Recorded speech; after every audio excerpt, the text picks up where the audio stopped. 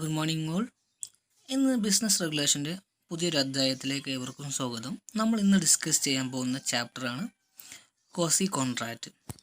So ഒരു Kosi contract പറയുന്നതിന് മുന്നേ നമുക്ക് അറിയേണ്ട കുറച്ച് കാര്യങ്ങൾ വെച്ചാൽ, ഒരു കോൺട്രാക്റ്റ് എന്ന രീതിയിൽ ഒരു കോൺട്രാക്റ്റ് എന്തുണ്ടാവണം, ഒരു എസെൻഷ്യൽ ആയിട്ടുള്ള എലിമെൻസുകൾ വേണം. അതിൽ ഓഫേഴ്സ് വേണം, അക്സെപ്റ്റൻസ് വേണം, ഫ്രീ കൺസെൻറ്റ് വേണം, ലോഫുൾ ഒബ്ജക്റ്റുകൾ വേണം, കൺസിഡറേഷൻ വേണം, ദെൻ കപ്പാസിറ്റി ഓഫ് പാർട്ടീസ്.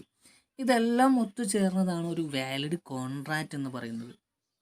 അതുപോലെ തന്നെ ഒരു വാലിഡ് കോൺട്രാക്റ്റ് അത് എൻഫോഴ്സിബിൾ ബൈ ലോയും കൂടിയാണ്. And it will also create some obligation, certain legal obligation to both parties. അപ്പോൾ അങ്ങനത്തെ ഒരു കോൺട്രാക്റ്റാണ് വാലിഡ് കോൺട്രാക്റ്റ് ആയിട്ട് കണക്കാക്കുന്നത്. പക്ഷേ കോസി കോൺട്രാക്റ്റ് മോഡൽ കോൺട്രാക്റ്റുകളിൽ ഇവിടെ മറ്റു കാര്യങ്ങളൊന്നും ഇല്ലെങ്കിലും legal obligations which is created by the law, the absence of the agreement or contract. So ഇവിടെ ശരിക്കും പറഞ്ഞാൽ കോൺട്രാക്റ്റോ എഗ്രിമെൻറ്റോ ഒന്നും ഇല്ലെങ്കിൽ പോലും നിയമം പറയുന്ന രീതിയിലുള്ള കുറച്ച് ഒബ്ലിഗേഷൻസ് രണ്ട് പാർട്ടീസിനുണ്ടാവും. അത് അവരെന്ത് ചെയ്യണം, ഫുൾഫിൽ ചെയ്യും വേണം. അതാണ് കോസി കോൺട്രാക്റ്റ് എന്ന് പറയുന്നത്. അപ്പോൾ കോസി കോൺട്രാക്റ്റ് എന്ന് വെച്ച് കഴിഞ്ഞാൽ the obligation which is created and imposed by law in the absence of any contract to effect are called quasi contract.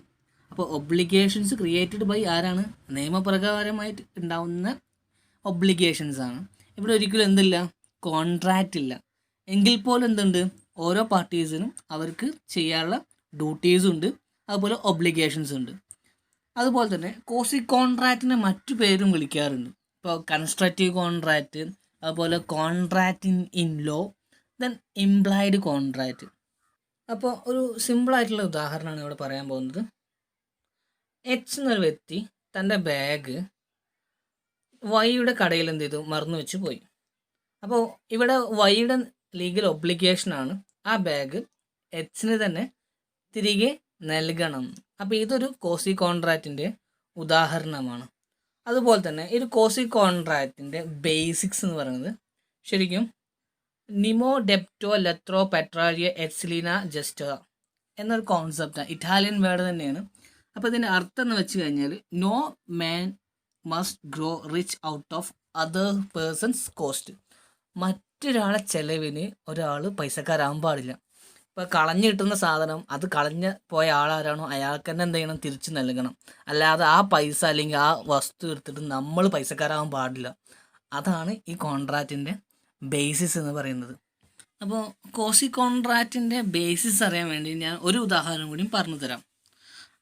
എന്ന് വെച്ചാൽ എച്ച് എന്ന വ്യക്തിയുടെ മകൻ എച്ച് അറിയാതെ തന്നെ വൈ എന്ന ആളോട് എച്ചിൻ്റെ വീട് പെയിൻ്റ് അടിക്കാൻ പറഞ്ഞു. ഇവിടെ എച്ചിൻ്റെ മകനും നല്ലൊരു ബന്ധമുള്ള കേസാണ്. ഇവിടെ എച്ചിൻ്റെ മകനാണ് വൈനോട് എന്ത് പറഞ്ഞു, ആ വീട് പെയിൻ്റ് അടിക്കാൻ പറഞ്ഞു. എച്ചിൻ്റെ വീട് പെയിൻ്റ് അടിക്കാൻ പറഞ്ഞു. അപ്പോൾ എച്ച് ഇത് കണ്ടിട്ടുണ്ട് ഇയാൾ പെയിൻറ് ചെയ്യുന്നത്. അപ്പോൾ എച്ച് ഒന്നും മിണ്ടിയില്ല. ഏറ്റവും പെയിൻ്റ് എന്ന രീതിയിൽ അയാൾ മിണ്ടാതെ നിന്നു.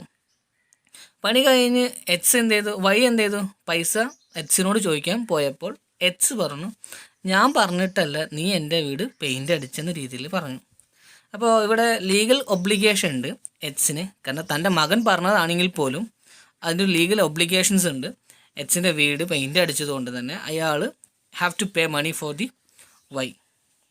സോ ഇവിടെ ഒരു ലീഗൽ ഒബ്ലിഗേഷൻസ് ക്രിയേറ്റ് ചെയ്യാണ് നിയമപരമായിട്ട്. ഇവിടെ ഒരു കോൺട്രാക്റ്റ് ഇല്ല ശരിക്കും പറഞ്ഞാൽ. എക്സും വൈയും തമ്മിലൊരു കോൺട്രാക്റ്റ് ഇല്ലെങ്കിൽ പോലും ഇവിടുത്തെ ഹ്യൂമാനിറ്ററിയൻ കൺസിഡറേഷൻ അതുപോലെ തന്നെ മറ്റു കാര്യങ്ങൾ ചിന്തിക്കുമ്പോൾ ഇക്വാലിറ്റിയും ജസ്റ്റിസും കൺസിഡർ ചെയ്യുന്ന സമയത്ത് വൈന് എക്സിൻ്റെ കയ്യിൽ നിന്ന് പണം കിട്ടേണ്ടത് നിർബന്ധമാണ്. അപ്പോൾ നമുക്ക് കോസി കോൺട്രാക്റ്റിൻ്റെ ഫീച്ചേഴ്സ് എന്തൊക്കെയാണ് നോക്കാം. So it is not a real contract. Obviously real contract ആവണമെങ്കിൽ അവിടെ എന്തൊക്കെ വേണം, ഓഫർ വേണം, അക്സെപ്റ്റൻസ് വേണം, എഗ്രിമെൻറ്റ് വേണം, പിന്നെ പാർട്ടീസിൻ്റെ കപ്പാസിറ്റി നോക്കണം. ഇവിടെ ഇതൊന്നുമില്ല. ഇവിടെ ആകെ എന്താ ഉള്ളത്, it is an obligation imposed by law. ഒരു നിയമപ്രകാരം ഉണ്ടാകുന്ന ഒബ്ലിഗേഷൻസ് ആണ് കോസി കോൺട്രാക്റ്റിൽ ഉള്ളത്. രണ്ടാമത്, it does not arise from any agreement. ശരിയാണ്, ഇവിടെ ഒരിക്കലും ഒരു എഗ്രിമെൻ്റ് ഒന്നുമില്ല. ആകെ എന്തുണ്ടാവുന്നുള്ളൂ, it is created by the law മാത്രമാണ്. നിയമം ഉണ്ടാക്കുകയാണ് അല്ലെങ്കിൽ നിയമം പറയുന്നതാണ് ഒരു കോൺട്രാക്റ്റായിട്ട് മാറുന്നത്. A quasi contract arise from a duty of party not by the promisee of any party.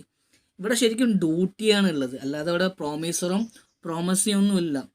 Promise ചെയ്യാൻ നിങ്ങൾക്ക് അറിയില്ലേ, നമ്മൾ ആരാണ് ഓഫർ കൊടുക്കുന്ന ആൾ, അയാൾ പ്രോമിസറും പറയും, ആ ഓഫർ അക്സെപ്റ്റ് ചെയ്യുന്ന പ്രോമിസ് എന്ന് പറയും. അപ്പോൾ ഇങ്ങനത്തെ കേസൊന്നും ഇവിടെ ഇല്ല. കാരണം വെച്ചാൽ ഇവിടെ നിയമം പറയുന്ന ഡ്യൂട്ടീസും ഒബ്ലിഗേഷൻസും മാത്രമേ പറയുന്നുള്ളൂ. If it is grant a person some right to do some benefit and impose liability to another person. ഇവിടെ പറയുന്ന കേസ് വെച്ചാൽ ഒരാൾക്ക് ഒരു കാര്യത്തിൽ അല്ലെങ്കിൽ ഒരു വസ്തുവിൽ കുറച്ച് ബെനിഫിറ്റോ അല്ലെങ്കിൽ അവർക്ക് റൈറ്റ് നൽകുന്നുണ്ട്, അതുപോലെ തന്നെ മറ്റൊരാൾക്ക് എന്ത് ചെയ്യുന്നുണ്ട്, ഒരു ലയബിലിറ്റി ഇമ്പോസ് ചെയ്യണം. ഇപ്പോൾ ഉദാഹരണത്തിന് ഇപ്പോൾ ആ ബാഗ് കളഞ്ഞു പോയ സമയത്ത് എനിക്ക് റൈറ്റ് ഉണ്ട്, എൻ്റെ ബാഗ് കളഞ്ഞു പോയപ്പോൾ എനിക്ക് റൈറ്റ് ഉണ്ട് ആ ബാഗ് തിരിച്ച് കിട്ടാൻ. ആർക്കാണോ ആ ബാഗ് കിട്ടിയത് അയാളുടെ ലീഗൽ ഒബ്ലിഗേഷനാണ് ആ ബാഗ് എനിക്ക് തിരിച്ച് നൽകേണ്ടത്. അപ്പോൾ ഒരാൾക്ക് ബെനിഫിറ്റ് കൊടുക്കുന്നു, മറ്റൊരാൾക്ക് എന്ത് ചെയ്യുന്നു, ലീഗൽ ഒബ്ലിഗേഷൻസ് നൽകുന്നു. അതുപോലെ തന്നെ the right under it is available against specific person, not a group of people, അല്ലെങ്കിൽ not against the world. Quasi കോൺട്രാക്റ്റിൽ ഈ ലേബിലിറ്റീസ് യൂഷ്വലി ഇമ്പോസ് ചെയ്യുന്ന ഒരാൾക്കൊക്കെയാണ്. ഇപ്പോൾ ഉദാഹരണത്തിന് എൻ്റെ ബാഗ് കളഞ്ഞു പോയത് എക്സിൻ്റെ അല്ലെങ്കിൽ വൈയുടെ ഷോപ്പിലായതുകൊണ്ട് തന്നെ വൈക്ക് മാത്രമാണ് ആ ലീഗൽ ഒബ്ലിഗേഷൻസ്, അല്ലാതെ ഒരു ഗ്രൂപ്പ് ഓഫ് പീപ്പിളിന് കൊടുക്കാൻ പറ്റില്ല. The injured party is entitled to get some compensation from the party in default as in the case of an ordinary contract. ഒരു ഓർഡിനറി കോൺട്രാക്റ്റിൽ പറയുന്നത് പോലെ തന്നെ ഇവിടെ ഒരു ഡിഫാൾട്ട് ഉണ്ടായിട്ടുണ്ടെങ്കിൽ, ഇപ്പോൾ നമ്മളെ പാർട്ടിയിലെ എക്സ് എന്നൊരാൾ തൻ്റെ ബാഗ് വൈൻ്റെ കടയിൽ മറന്നു വെച്ച് പോയി. അപ്പോൾ വൈയുടെ കടമയാണ് അത് എക്സിന് നൽകണം എന്നുള്ളത്. ഇപ്പോൾ അത് വൈ എന്ത് ചെയ്തു, അത് നൽകിയിട്ടില്ലെങ്കിൽ അതിനുള്ള കോമ്പൻസേഷൻ വൈ എക്സിന് നൽകണം.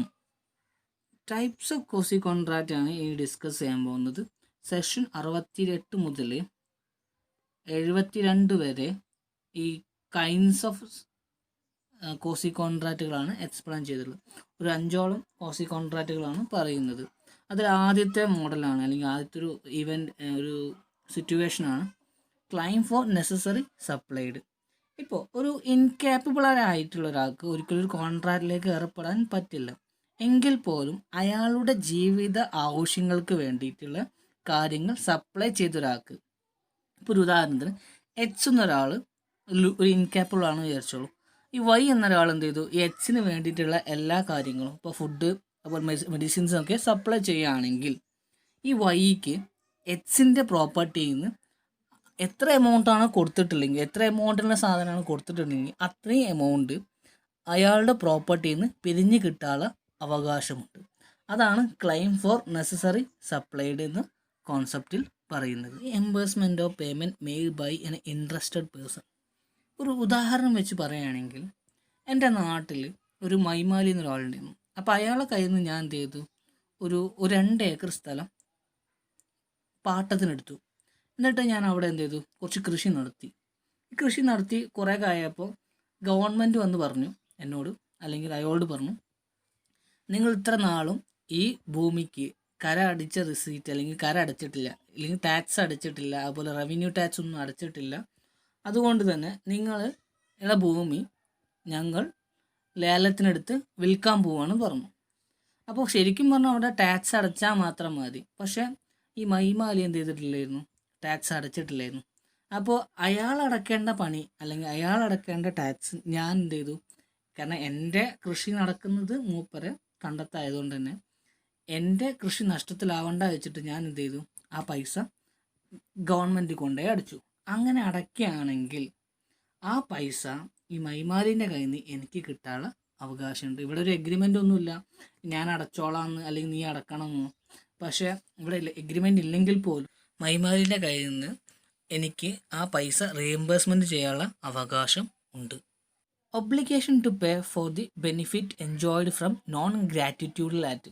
ഈ നോൺ ഗ്രാറ്റിറ്റ്യൂഡൽ ആക്ട് എന്ന് വെച്ച് കഴിഞ്ഞാൽ നമുക്ക് സൗജന്യമായി തന്നതല്ലാത്തൊരു കാര്യം, നമുക്ക് സൗജന്യമല്ലാതെ തന്നിരിക്കുന്ന സാധനം നമ്മൾ ഉപയോഗിച്ചിട്ടില്ലെങ്കിൽ അതിനുള്ള പൈസ അല്ലെങ്കിൽ അതിനുള്ള തത്തുല്യമായൊരു കാര്യം നമ്മൾ ചെയ്തിരിക്കണം.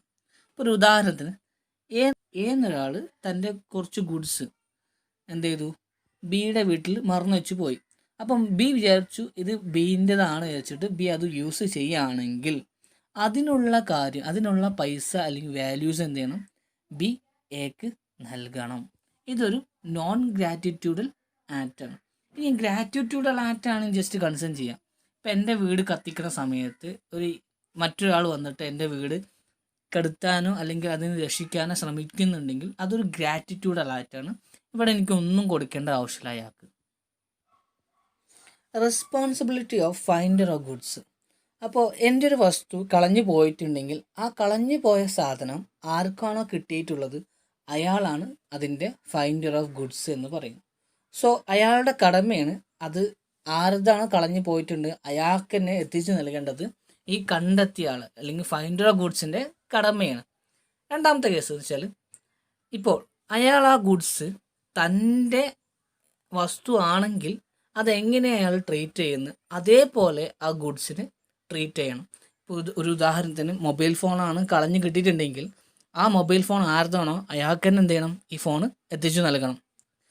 അതുപോലെ തന്നെ ആ ഫോൺ മെയിൻറ്റെയിൻ ചെയ്യാനുള്ള ചാർജ്, ഇപ്പോൾ ഒരു ചാർജ് കയറ്റേണ്ടി വരുമല്ലോ ഫോൺ വിളിക്കാനൊക്കെ, അപ്പോൾ ആ ചാർജ് കയറ്റേണ്ടതും മൂപ്പരെ കടമ തന്നെയാണ്. എന്നിട്ട് ഇത് ആരുതാണോ അയാളെ കയ്യിൽ കൊണ്ടുപോയി കൊടുക്കേണ്ടതും ഈ ഫൈൻഡറെ കടമയാണ്.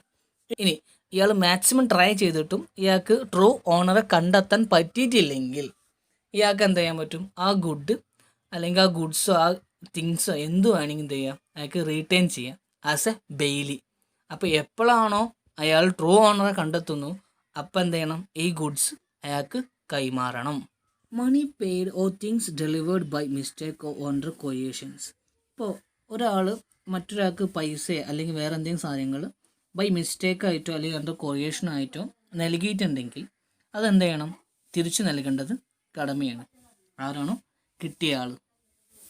അപ്പോൾ ഒരു ഉദാഹരണം പറഞ്ഞുതരാം. ഞാനും എൻ്റെ ഫ്രണ്ടും ജോർജിൻ്റെ കയ്യിൽ നിന്ന് എന്ത് ചെയ്തു, ഒരു 2000 രൂപ കടം വാങ്ങി. ഞങ്ങൾ രണ്ടാളും കൂടിയിട്ടാണ് ജോർജിൻ്റെ കയ്യിൽ നിന്ന് 2000 രൂപ വാങ്ങിയിട്ടുള്ളത്. ഒരു 31-ാം തീയതി ആകുമ്പോൾ ഞാൻ എന്ത് ചെയ്യുക, 2000 രൂപ ഞങ്ങൾ 2000 രൂപ തിരിച്ച് നൽകാമെന്ന് പറഞ്ഞിട്ട് വാങ്ങിയത്. അപ്പോൾ 30-ാം തീയതി ആയപ്പോൾ തന്നെ ഞാൻ എന്ത് ചെയ്തു, 2000 രൂപ ജോർജിക്ക് നൽകി. 31-ാം തീയതി ആയപ്പോൾ എൻ്റെ ഫ്രണ്ട് എന്ത് ചെയ്തു, 2000 രൂപ ജോർജിക്ക് നൽകി. അങ്ങനെ ജോർജിക്ക് ഇപ്പോൾ എത്ര രൂപ കിട്ടിയിട്ട് 4000 രൂപ കിട്ടിയിട്ടുണ്ടെങ്കിൽ ഈ ജോർജി ആ കിട്ടിയ 4000-ൽ നിന്ന് 2000 രൂപ എന്ത് ചെയ്യണം, എന്തായാലും അവർക്ക് തന്നെ തിരിച്ചു നൽകേണ്ടി വരും. Difference between the contract and quasi contract. ഒരു കോൺട്രാക്റ്റിൽ എന്താവണം, അത് ഫുൾ ഫ്ലെഡ്ജ് കോൺട്രാക്റ്റ് ആവണം. അവിടെ ഓഫർ വേണം, അക്സെപ്റ്റൻസ് വേണം, കണ്ടീഷൻസ് പാടില്ല, അതുപോലെ തന്നെ പാർട്ടീസിൻ്റെ കപ്പാസിറ്റി ഒക്കെ നോക്കേണ്ടി വരും. പക്ഷേ കോസി കോൺട്രാക്റ്റ് അങ്ങനെയല്ല. It is not a real contract, it is created by the law. അടുത്താണ് all essential elements such as offers, acceptance, free consent, consideration are needed in a contract. പക്ഷേ കോസി കോൺട്രാക്റ്റിൽ അതിൻ്റെ ആവശ്യമുണ്ടോ? ഇല്ല. A quasi contract lack of essential of contract.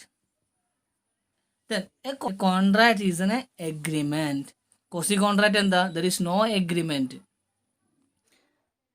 It is creating a contractual obligation between the party through an agreement. അപ്പോൾ ഒരു കോൺട്രാക്റ്റിൽ എന്തുണ്ട്, ഒരു agreement പ്രകാരമാണ് രണ്ട് പേർക്കുള്ളൊരു കോൺട്രാക്ച്വൽ ആയിട്ടുള്ള ഒബ്ലിഗേഷൻസ് ഉണ്ടാവുന്നത്. കോസി കോൺട്രാക്റ്റിൽ അങ്ങനെയല്ല. Quasi contract there are certain obligations which is created and imposed by the law ആണ്. അപ്പോൾ ഇത്രയാണ് നമ്മൾ കോസി കോൺട്രാക്റ്റിനെ പറ്റിയിട്ട് പഠിച്ചത്. അപ്പോൾ നിങ്ങൾക്ക് എന്തെങ്കിലുമൊക്കെ ഡൗട്ട് ഉണ്ടെങ്കിൽ നിങ്ങൾ എന്ത് ചെയ്യാം, നിങ്ങൾ കമൻറ്റ് ചെയ്യാം കേട്ടോ.